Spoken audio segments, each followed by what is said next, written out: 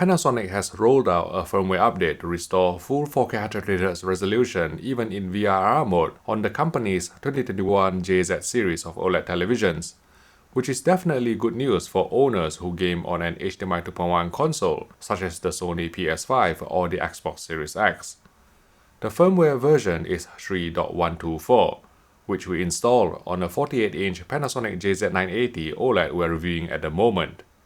Before the firmware update, the vertical resolution was halved at 4K 120Hz, similar to what we've seen on other televisions using a Mediatek HDMI 2.1 chipset without the help of a companion chip, such as the Sony X900H or XH90 LED LCD TV. After installing firmware update 3.124, there is now a new 4K 120Hz bypass mode on the options settings page in the picture menu.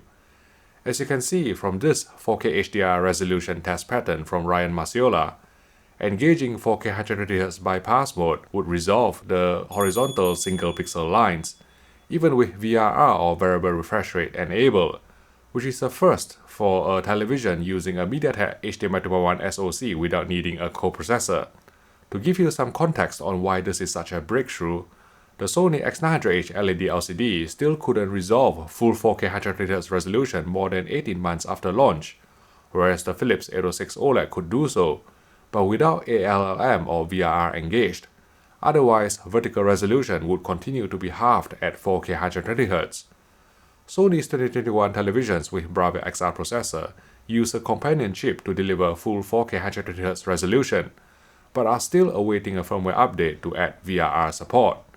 Intrigued, we asked Panasonic directly whether they are using a coprocessor on their televisions to achieve full 4K 120Hz resolution with VRR, and this is what they said. We don't use a coprocessor to achieve the full resolution. So how have Panasonic managed to do this when Sony and Philips couldn't? Well, one thing to remember is that the Mediatek SoC on Panasonic's 2021 HDMI 2.1 televisions has a different model number to the one implemented on the Sony X900H and the Philips 806.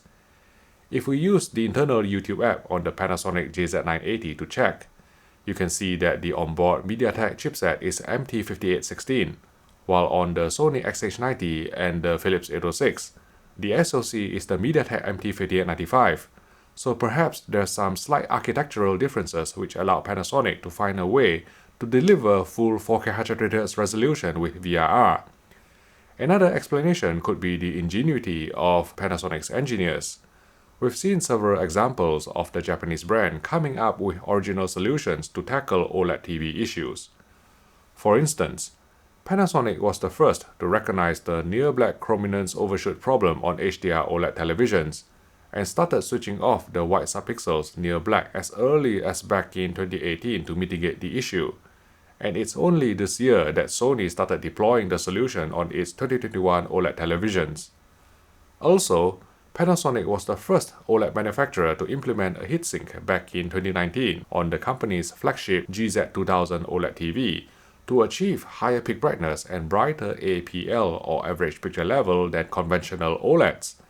And this year, Sony started doing so on the A90J Master Series OLED, although with added RGB subpixel boosting to overcome the white subpixel dilution effect. So it's certainly not beyond the realm of possibility that Panasonic found a breakthrough method to circumvent Mediatek's API to deliver full 4K 120Hz resolution in VRR mode, which explains why enabling 4K 120Hz bypass mode would disable a number of picture settings on the television, similar to what engaging the pure direct mode would do. Trying to uphold my reputation of being a thorough PITA, I did a bunch of tests to see if the new 4K 120Hz bypass mode introduced any adverse effect, and was pleasantly surprised to find that engaging the setting slightly improved gradation in 4K 120Hz mode on this display HDR test pattern.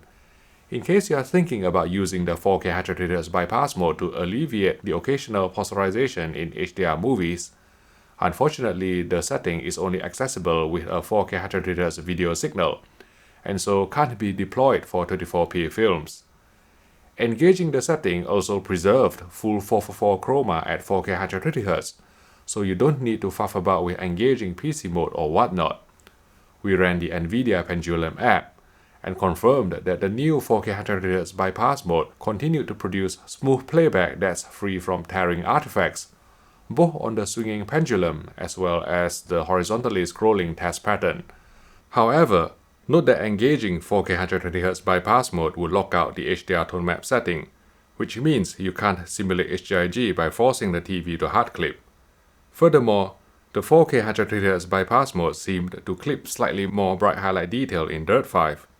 It's not easy to measure the PQ UTF tracking at 4K 120Hz, but I'll try to find a way to do so in my review of the Panasonic JZ980.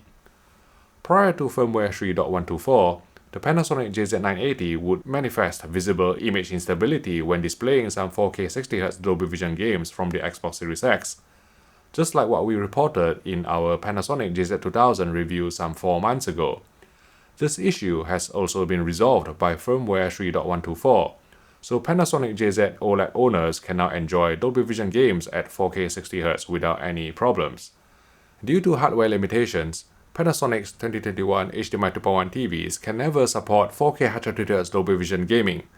But is Dolby Vision gaming actually better than playing games in HDR10? It just so happens that I've done a side-by-side comparison of Dolby Vision versus HDR10 gaming, so go watch it here.